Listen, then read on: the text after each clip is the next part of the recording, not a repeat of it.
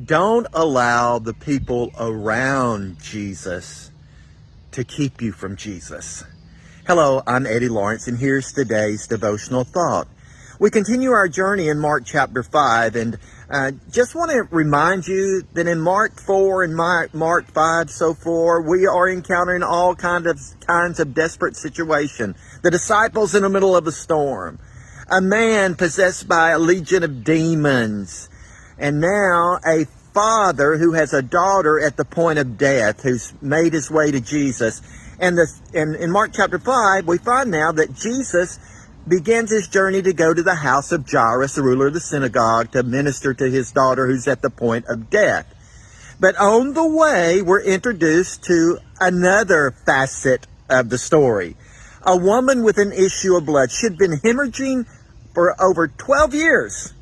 She had spent all her money doing everything she knew to do, going to the physicians, and yet she grew worse and worse. But she heard about Jesus. Well, when Jesus left to go with Jairus, it said the crowd followed him and thronged around him.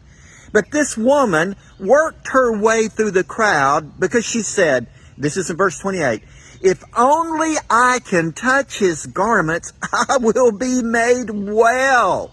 You see, she didn't allow the crowds around Christ to keep her from Christ. And how often do we allow, quote, what's going on around Jesus, around Christ, to maybe keep us from pressing into Christ? Some people don't even go to church services. Well, all those hypocrites. Listen, and I believe this is pretty much the truth. There's going to be times in all of our lives when we can be called out as a hypocrite, where what we say we believe and how we're behaving, they're disconnected. And I'm not saying that's good. It is not. But I'm just saying that most of us at times we're in that line. But people can be put off by the church, by people who go to church. And they have a lot of evidence for that. But the truth is, you should never allow the people around Jesus to keep you from Jesus. Well, I'll just stay at home and worship Jesus by myself. Well, but then you may say you're worshiping Jesus and you're following Jesus, but notice Jesus is always working in the crowds. You see him. Now, he does draw aside at times, but his ministry put him in the middle of where people are.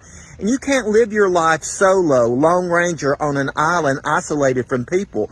If that's the way it worked, as soon as you're saved, then get caught up to glory and be with Jesus forever. But we are left here to be light that shines in darkness, salt that works its way in culture. We are to be involved in the kingdom. We are to not forsake getting together with other believers. Don't allow the people around Christ to keep you from Christ. Amen. There's more that I could wax on about there, but just think about that.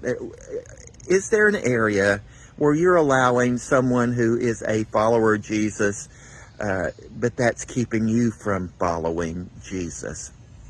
That's not good, because there will be a day when we all stand before him and there will be nobody between us, and we have to give an account of the decisions we made. Press past all the distractions and touch him so that he can touch you. Amen. God bless you. Thanks for hanging out with me. Have a great day. Blessings. Pass this on.